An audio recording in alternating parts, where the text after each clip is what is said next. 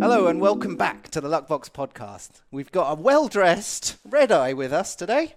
Suited up. Yeah, you're looking very fine today. So the podcast, I've got a busy day, Sujoy. This happens sometimes. So okay. I've had to do the podcast in the middle of the day after 2 meetings, business meetings, and then I have 2 more business meetings after the podcast. Oh, okay. So it's like a super busy day.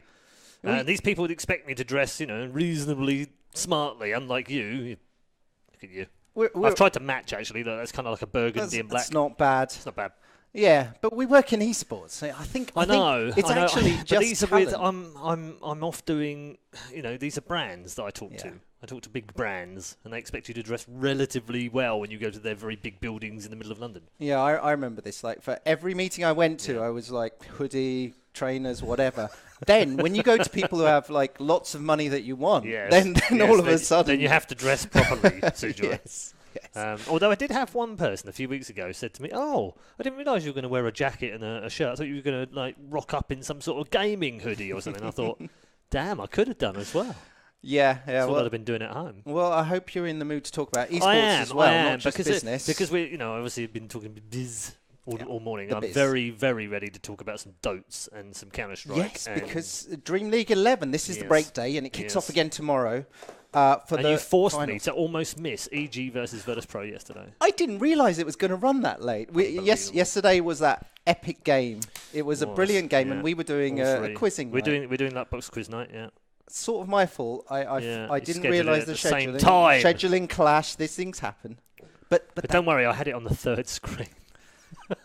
I now have 3 screens out. This is getting out of hand now, right? I think at some point this year I'm going to end up having 4 screens because I've started to look at those things you can get, where they're like they hold one screen at the bottom, but then they hold one screen at the top. Oh, like you're glazing your wall with monitors. Right. So I've got one there, and one in the middle now, and I'm thinking I get a stand for the middle one. I can put one above it. So I have 4. So I can play on 1, watch on 3. It's a bit Tetris, isn't it? When you've got the 4th monitor, where do you trying to fit them all together? Yeah. But that wasn't a really great game. No, it was a good game. We jumped off a bit early because the end was exciting. Yeah. But we actually, before we talk about that one, we got to talk about how EG and VP ended up in an elimination. I know. An elimination match. The weird thing is as well, it could have ended up with Liquid versus VP in the 2nd round of the lower bracket, and the winner then playing EG in the 3rd round of the lower. That's how it could have ended up, but Liquid decided they didn't want to play at this major, and they lost in the opening lower bracket. Okay, game, well, Liquid is the big upset. Yeah, Liquid is the hugest because upset. that was the first one that came about, because they lost in the groups to Keen, I believe, they did. Which knocked them into the lower half. Yes. Which meant they're in the lower bracket. Yes, which they then lost to Chaos. Yes, in a best of one. In a best of one. Which, I think it's great for Chaos, fantastic for them, but at the same time, it's a best of one. And if there's a more dangerous team in best of one, I don't know if there is one, than Chaos, honestly. I really don't think there's a more dangerous team in best of ones. I've said it so many times in previous events where we've had those best of ones that it feels like if there's a team I personally would not want to meet in that best of ones, it would be them. They had a strategy that was unexpected. Yeah. They pulled out an Omni Knight and was it Razor? I forgot. I can't remember. But it was a bit off. Oh, you can hover the eye. Well, if you've got good eyesight, it was the Oracle game, wasn't it? Oracle, Razor, Spirit, Omni, Ursa last pick. Yeah. Yeah. Omni, Ursa, Razor cores, and it worked. It worked very effectively. Liquid didn't know what to do with that. And you know what? They pulled the same thing the next game against VP. Yeah. And that it actually that's right. Yeah, they won. They lost 2-1. Yeah, it was 2-1. But the first game was a repeat. It shows it works. That first unexpected game against Chaos, against a team like Chaos, is very tough. Yeah. Now VP are known to sort of lose their first game and then come back. Well, they did that all the way through. They're still in the tournament, amazingly, after losing the first game against DG as well. I thought that was going to be like a continuation or a rebirth of the curse. Do you remember the old DG Virtus Pro thing? No. Yeah, Virtus Pro can beat them. Okay. I can't remember how many games they went, but I'm going to go with like 20 games in a row or something. And they couldn't beat them. Wow. They were like a bogey team for them for a while, but it was mostly when PPD was drafting, so I don't know. Anyway, they got them totally unexpected this major, really. Yeah. Like suddenly, what did I say a month ago, by the way? You said to me, why are Chinese teams so crap at the moment? Yes. And I said, they're not crap. It's because of Chinese New Year. They've just come back from a break. And they'll be fine. Yeah. And then, hey presto, first major after the Chinese New Year. Yeah, absolutely spot And what on. do we have? 3 in the top 4 now. LGD, Vici, And Keen Keen. Gaming. Keen Yeah. Gaming. Keen Gaming. Came In through the the group upper with Liquid bracket. in. Came through, like their group, you went Secret, Liquid, Keen and J-Storm. Good luck, Keen and J-Storm. Yeah, Poor exactly. bastards. They're going to get kicked in the hell out of that one. But no, they came through that group, which was good for Keen because it meant that they went to the upper bracket. They then beat EG. So they've gone through a group with Liquid and Secret and managed to get out of it in the upper bracket. They then beat EG, and they've now got Fnatic, which in theory is an easier game than any of the games they've already played. In theory. Right? In theory. Because Fnatic, of course, don't forget, knocked out Virtus Pro. Yeah. Which is the other surprise that was the upper... Like, when I looked at the upper bracket quarterfinals, I went, okay, so that's LGD, Secret, EG, VP. 4 easies. That's my predictions. Yeah. I did it on the prediction game on Luckbox. Yeah, and it's... Yeah, 3 of them lost. I know. Three of them. This I is- didn't expect Secret, EG, and Virtus Pro to drop down to the second round of the lower bracket. Nobody did. Literally nobody did, I think. The only person who may have said otherwise is you yourself when you said these Chinese teams are going to bounce back. Yeah, which we knew, it happens every year, right? But I didn't expect it to be quite that crazy. So now we've got LGD versus Vici, which will be a really good game, by the way. I think Vici are better than LGD right now. And they've also got different strategies, which no one else is playing, which is very interesting. And Keen Fnatic, I can't call right now. I would love to see Fnatic go into the top 3. By the way, that's a point on that one. Keen or Fnatic are guaranteed a top 3 finish at a major. One of them has to One be of those top has three. to finish top 3, right? Now, here's what's also crazy. Fnatic, because they're in the top 6 already, and they finished top 4 in the last 2 majors, are almost guaranteed to make TI now, because they're top 12. It's an all but mathematical Pretty much. possibility. It's very, very, very hard for Fnatic to not make TI. But here's the thing for Keen, right? If Keen win this one series against Fnatic, they're top 3 at a major. That's almost enough to guarantee them TI on its own. One series. Yeah. That's all they've got to tell themselves. Old Chicken's got to be in there going, guys, one series and we go to TI this early in the year. And we're Keen Gaming. Yeah. And I didn't really, I wasn't watching them that heavily. We weren't talking about them. No. But you know what? They've got a great lineup, though. There were no flukes in there. No. I went back and I watched the Liquid game and I watched the EG game. They played well. They've just played solid, good. I mean, look at their lineup. Like, ignore Dashman for a moment. Old Chicken, 11. Kaka, Dark. I mean, These are all players that have been around the block. They've been there. They've seen it. They've done it all. At one point, 11 was probably one of the best offlaners in the world. Probably. Kaka is almost certainly one of the greatest supports we've had playing the game. Kaka's been playing out of his mind. Out of his mind. He was a bit like, in the old days, I think people were a bit like, oh, his Sandking's really good, but everything else is a bit shit. But no, he's shown now. He's got more depth to him. Old Chicken, solid as ever. Yeah. And the Dash man, Mr. Dash or Line or One is what his name is, because it's a side one.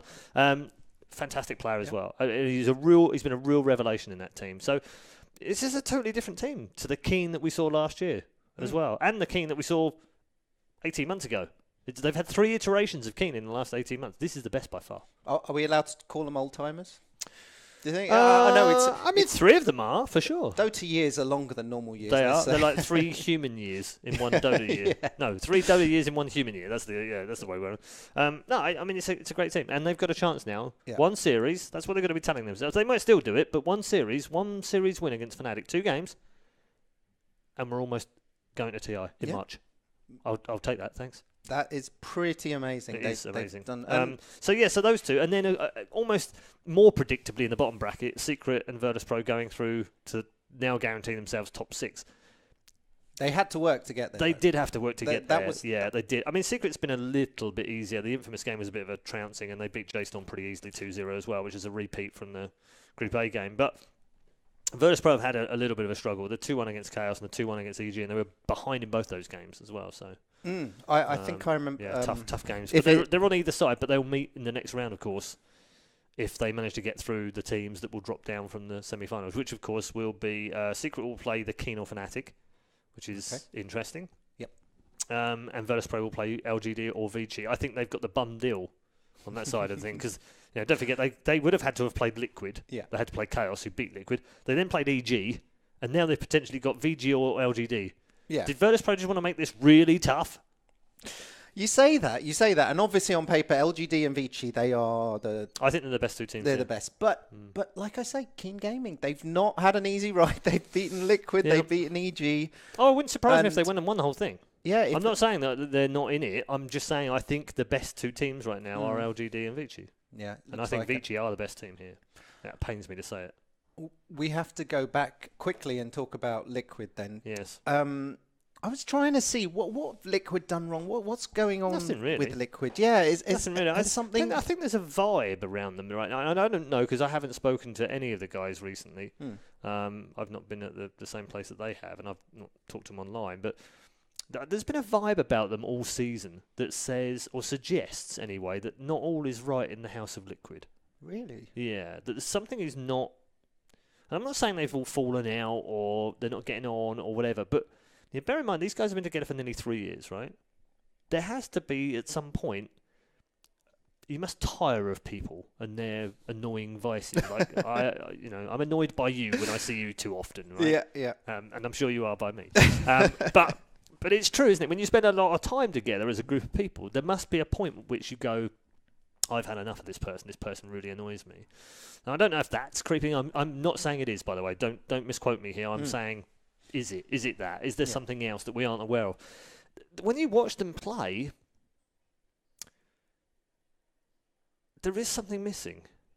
It's not. I can't put my finger on it. I can't say, Matu is terrible on these heroes or Kuro's playing these support roles badly. It's nothing like that. It's more of a vibe, a feeling, a lack of team cohesion of some kind. I don't know. I can't put my finger on it. And I think that maybe that's what they're struggling with too. Maybe they can't maybe they know they're not playing very well and it's just a form thing, but they can't actually figure out why they're not playing very well.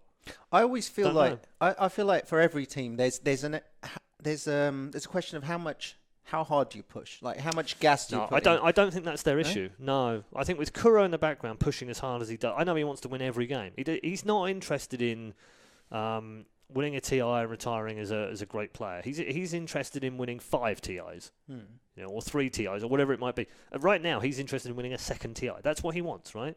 And his team have always been remarkably motivated by his motivations, and I don't think that's changed. I don't think they've sat there and gone, oh, fuck it, I can't be bothered doing another TI. I don't really care about winning it. I think he drives that, right? And that's infectious. He's very infectious when it comes to that kind of motivation. So I don't think that's the issue. But there is something off about them. Yeah, and there is something off, and I can't really place it.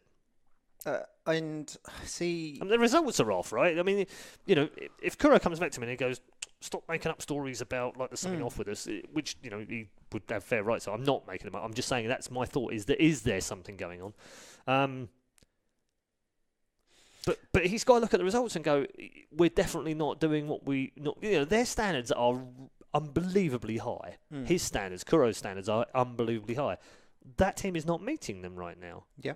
And I'm not saying they need to change. I don't think they do, by the way. I think this is just a period that almost all great teams go through, and it's how you come out the other side. Virtus Pro went through it.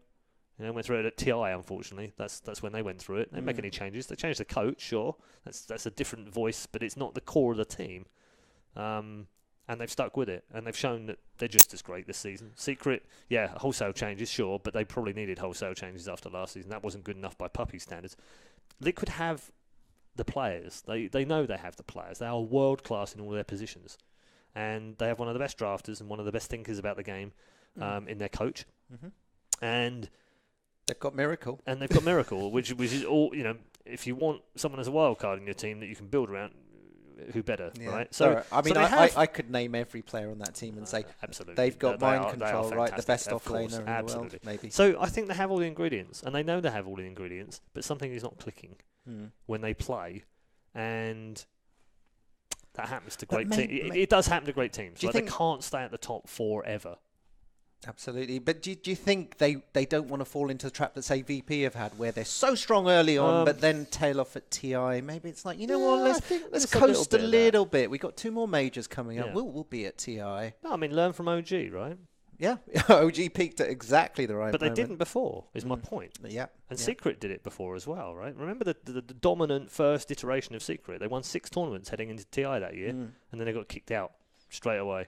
I think they finished outside the top 6, right? And they were hot favourites. They were probably the hottest favourites we've ever had heading into a TI. Yeah. Everyone was like, well, who's going to beat Secret? No one's going to beat Secret. Every year we go in and we're like, well, these are the top 3, 4 maybe. Or, anything up to 12th could probably win with a wild card, bit of luck. That year we went in, everyone was like, no, Secret. It's about who finishes second now. And yet they didn't make it, right? The following year, OG won all 3 majors, or 2 of the 3 majors in the season. They were fantastic all the way through the season. Everyone was on them going into TI. They failed miserably. The following year, they won both the majors again. The Valve majors. They've now won 4 majors in 2 seasons out of the 6 that got held, right? They went into TI, hot favourites again, lost, failed. Last season, didn't win a single major. The longest season of majors we've ever had, by the way, but 11 majors last season and 14 minors or something. They won 1 minor. A tiny minor, which really didn't matter too much in the context of the grand who got to TI. Then they lost half their team. And then they go and win TI. So what have we learned about peaking too early from Secret, from Wings, from OG? We've learned it doesn't work, right? So actually, if Liquid are just coasting right now, thinking, we're not too worried. We're just enjoying our Dota and we don't care if we win or lose and we've got enough points to get to TI, so we're all fine. Well, okay then, fine. But they aren't in that position. They don't have enough points to guarantee themselves a place at TI yet. Yeah, and after this, 2 minors, 2 majors left, I assume. So they will need to start. They will need to get top 4 in one of these last 2 majors. Yeah. But which you can't see them not getting, but at the same time... like they ought to... They could turn up at Epicenter and just wipe the floor with everyone and win one. Yeah, but you know what? It's not like shit the bedtime yet. Not yet. Not yet. I'm not worried for them yet. Yeah. But hey... We could get to the last major of the year, and then a couple of days before, 2 players leave. Who knows? New players come in. Yeah, another team is formed. Who knows? Like, that's the brilliance and the bad of Dota all wrapped up in one storyline. Right there. Although the one thing I would say is I feel like Liquid still feel like a team in that they feel There's there's definitely a friendship there amongst the 5 of them, and they're definitely still having fun, and they're not.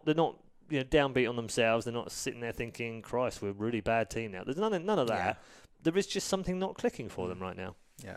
But hopefully it will come back. And I'm sure they want, because there is a record to go for, the first team to win 2 TIs. Yeah. So there's definitely something to aim for. It's not like, it's been done By before. the way, this is the 9th TI this year. 9? 9, right?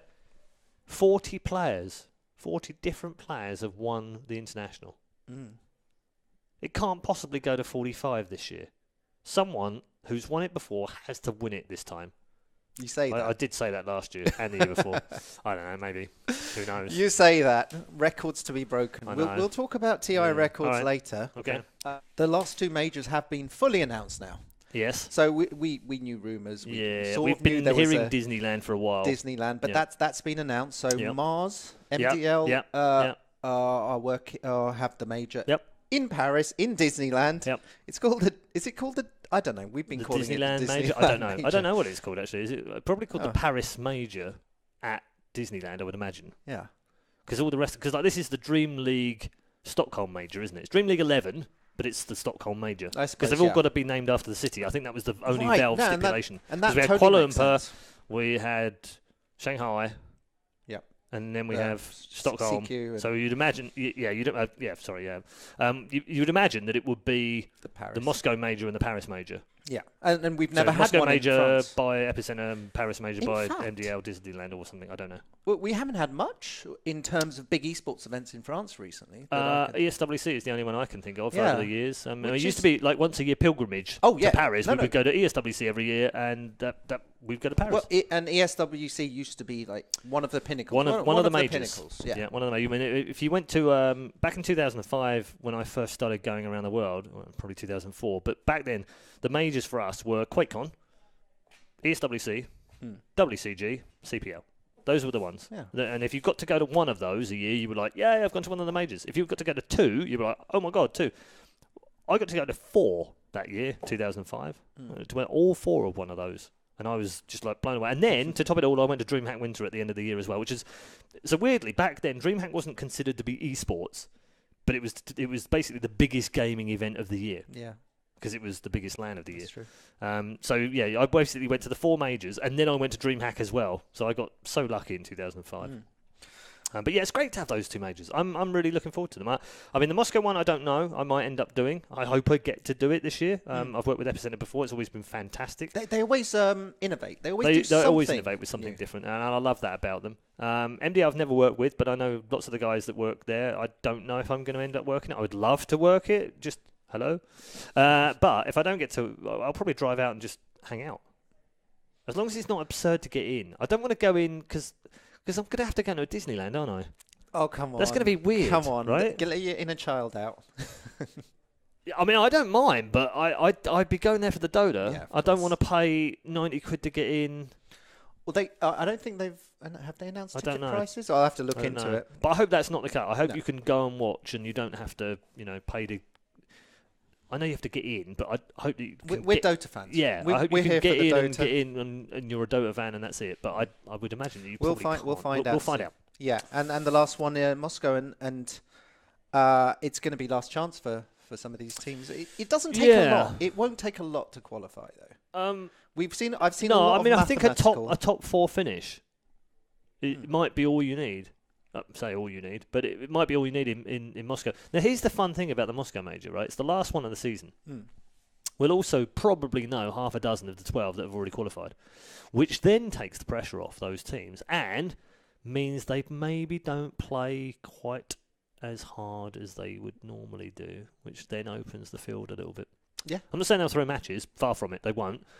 But, when you've qualified and you've got a difficult game or you've had a bad draft, maybe you haven't got the same motivation as if you need this game to save your life. Yeah. And do you know what I mean? And if you've got pocket strategies, things like that, this is no longer the time I'm not to getting them reveal out in June, a couple of months away from TI. I'm not getting them out. Yeah. So even if the game changes and there's another patch and the meta, I'm still not showing you all my stuff. Well, it's going to. When I've already qualified, I'm still not showing you it.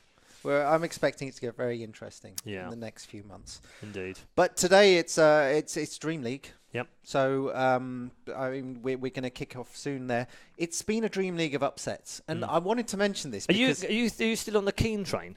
Do you think there's going to be a massive upset? And we're going to get a really odd winner. I did this exercise, right. One of our writers at Luckbox was like, "What happened to Liquid?" And I was like, "What did happen to Liquid?" Because I didn't see them do anything particularly bad. They weren't bad. So I looked back and I just thought, wow, Keen are really good. Yeah, Keen played really well in those That's games. a good answer, is that Keen played really well, and they continue to play well. And I really like... I really want these guys to win because they're old school as well. Not very old school. No. But old school enough for me to have a connection to them. Because he's called Old Chicken. So his teammates that he's played with have always changed their name to like Old something. Yeah, Old 11. So Old 11, right? So 11 is just 11, but he's changed his name to Old 11. So last year, I got him to do a selfie with me so that I could put the tweet out with the word old underneath my face and 11 underneath his. Okay. Weird anecdote, I don't know. But the thing I wanted to mention, with all these upsets, yes, it coincides with Valve's release of their app for Dota Plus, which lets you bet shards on... Yes, what's your problem? Are you a shard hater? No, see, well, I mean, Luckbox is a betting company. We love betting. But Valve has been a little bit more cagey. Sort of are you trying to say that Valve are not betting lovers? I think Valve love exciting, interesting features and things that make money. Yes. And I don't see why they would dislike betting if there was a... There's obviously a lot going on in the background. Maybe they like betting for themselves. When they know their audience likes betting. Or maybe it's just because they can control it. Yeah. I think the problem with the betting, I don't think they ever disliked betting. I think the problem with it is that it was so widespread using their API in both Counter-Strike and in Dota that it got abused. Yeah, and we're talking about skin betting. Skin betting. We're talking about illegal skin betting, unregistered, unwarranted, unguaranteed, illegal betting sites. That's what we're talking about. And of course Valve aren't going to like that. Who would like them? They're illegal. Right? You can't hold them. You can't... it was banned completely in America, right? But in the UK, betting is legal. But you still have to have a gambling license. You can't just go, I'm going to start a betting site. Right? So while Luckbox have got a proper gambling license, right? from the Isle of Man so that they can do that. You can't just go, I'm going to start a betting site and use skins because it's not real money. No. It's still money, you idiots. Yeah. It's still a chance game. If it's a chance game, it needs to be regulated in the UK and in Europe and in other countries. In America, it's banned, right? We're not talking about changing it and what have you, and some laws in Vegas and what have you. But generally speaking, you can't bet on it. Yeah. So Valve as a company have to take that responsibility very seriously. Their lawyers will be telling them to take it very seriously. No wonder they banned everything. So I think let's keep it into context here. We're talking about shards that they control inside a game which they understand and can use themselves, right? Therefore, must have run it past their legal team. Otherwise, it wouldn't be in the game. Yeah. But it is fun because I've been watching people's reactions and mine as well. Did you see Owens yesterday? He lost on EG. EG versus VP. Who did he bet on? He bet on EG, I guess. He did, yeah. He had to look it up, though. I found that quite funny. He's like, I can't remember who I put my shards Where on. Is it? It's the bottom of the app. Yeah. Yeah, so that was fun. But yeah, I'm okay with it. I think it's another interesting dynamic in the game. It's fun. People seem to be enjoying it. I don't think anyone's taking it massively seriously. There's no as far as I can work out, there's no black market for shards just yet. Not yet. It hasn't appeared on the dark web. Yeah. People selling shards in Dota 2. So, okay, we're all right. No, I love it. I think it makes it more fun to watch a game. So absolutely. Perfect. Good. Right, and the last thing we wanted to... I thought that was the last thing. One more. Is we're back to OG. I want to talk about OG. Anna is back at OG. Anna is back. He's had his 9-month RPGs he's holiday back or whatever it is. Again, I think they put back squared on the poster because he's been back before. Yeah. This is his third return. It's and do you know what? I'm excited. I felt like this was the plan all along. I don't know if it was, but I felt like it was. I felt like he. Look, I love that kid. I think he's amazing, right? He's an amazing Dota player. He's an amazing human being. He's a really nice guy. But he is painfully shy as well. I think a lot of people don't understand that about him outside of the core scene. He's actually quite a shy guy. I think I saw him in Beyond the Summit, and you could tell there because there was more sort of intense, more focus and stuff. Yeah, but he's also he doesn't like the limelight. He doesn't like the fame that comes with being a top Dota player. He doesn't enjoy that side of things. He doesn't like... I'm sure on media days, if he could avoid doing media day, he would avoid doing media day. He doesn't like standing there and having his picture taken and videos done and messing around and do stuff. He's not an unhappy guy. He's perfectly happy, but he just doesn't enjoy those things. I just want to give some context because I've been in that space where there's a photographer telling you what to do and it's like, I feel a bit uncomfortable doing this. I spent a whole day here, a couple of weeks doing it, and it's not an enjoyable experience for anyone. There's a lot involved in being a pro gamer, which is not fun. No, and it's nothing to do with the game. And he doesn't enjoy that stuff. Yeah, he doesn't enjoy that stuff. I don't want to say he doesn't enjoy signing sessions and all that stuff. I'm sure he loves, interacting with fans and what have you. But I know from my personal experience, it's taken me a long time to get used to that. For a while, I felt very awkward signing stuff for people. It just felt wrong to me. I don't know why. It just felt wrong. But then I was I can't remember who spoke to me, but someone spoke to me and said, "Look, you're doing something for them. You're doing something for the fans because that's what they want. It's not about what you want or what you enjoy. It's about what they want. It's about making them happy."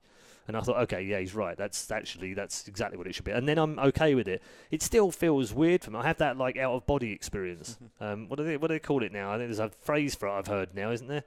Faker's syndrome or something, or oh, I see. Yeah, like you don't realise you're famous. Yeah, does that make sense? Like it doesn't occur to me when I'm walking around Tesco's doing my shopping that I'm a minor celebrity or semi-famous to people. But some people do come up to me and say, "Hi, Red Eye," and that freaks me the fuck out, frankly, because I'm just not ready for that. An event, I'm ready for it in a way now because you kind of know it's going to happen. But when I'm walking around Tesco's and I'm in civilian clothing and I'm buying frozen chicken, that's not the time. When I'm trying to get on a train, that's not the time. When I'm trying to get a Starbucks, that's not the time that I'm ready for that stuff, right? It happened here actually a couple of weeks ago. I left here, walked down the road, and two guys walked out of a building across the road, and I was walking towards the station. Then he suddenly he's walking there like 10 seconds next to me. And I was like, oh, what's going on here? He's like, you're Red Eye, right? From the Dota stuff. Yeah. It's a bit weird. And I freaked out, right? That's weird. So, coming back to the point of it all, he doesn't like that stuff, and I can kind of understand why. And I think if he could just come back and play Dota, he would do it. I think he would do it full time. But let's be honest, the guy has $2 million in the bank.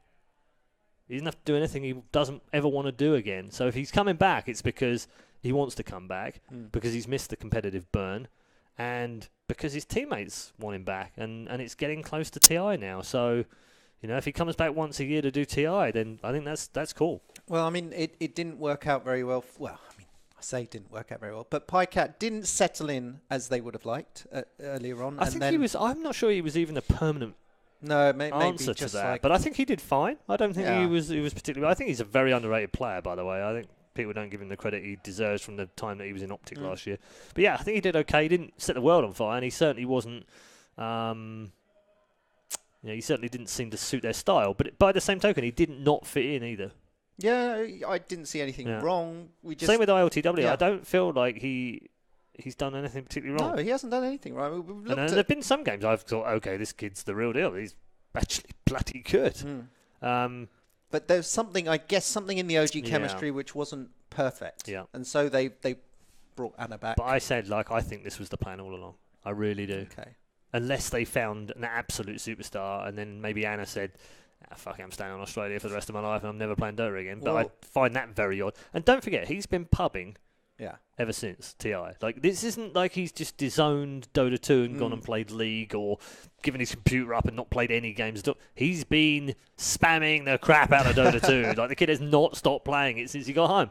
So it's not like he's going to be rusty either. Well, you know what? If OG suddenly get a return to form, it's going to be Anna's the hero. Well, of course. Yeah, of course. But I think it's more than that. It's he's part of the sum of the parts, right? Yeah. Because if he comes back and he energizes everyone else, right? That's what I was saying about having Frankie and Machine on the European League of Legends show, was that I felt like they sparked everyone else to up their game and do something different. And it's the same in that team. If Anna comes back and they feel more comfortable and things click automatically like they did at TI, then it actually ups everyone's game. So they become a great team again, and they find that missing 5%. That's one to watch for then. Yeah, for sure. But that's all we have time for right now. Oh dear. Thanks for joining us sad. again, Paul. Never mind. Well, we'll be back again soon. But yeah, enjoy all the games this weekend, and enjoy. we'll It'll see be a fun you soon. weekend.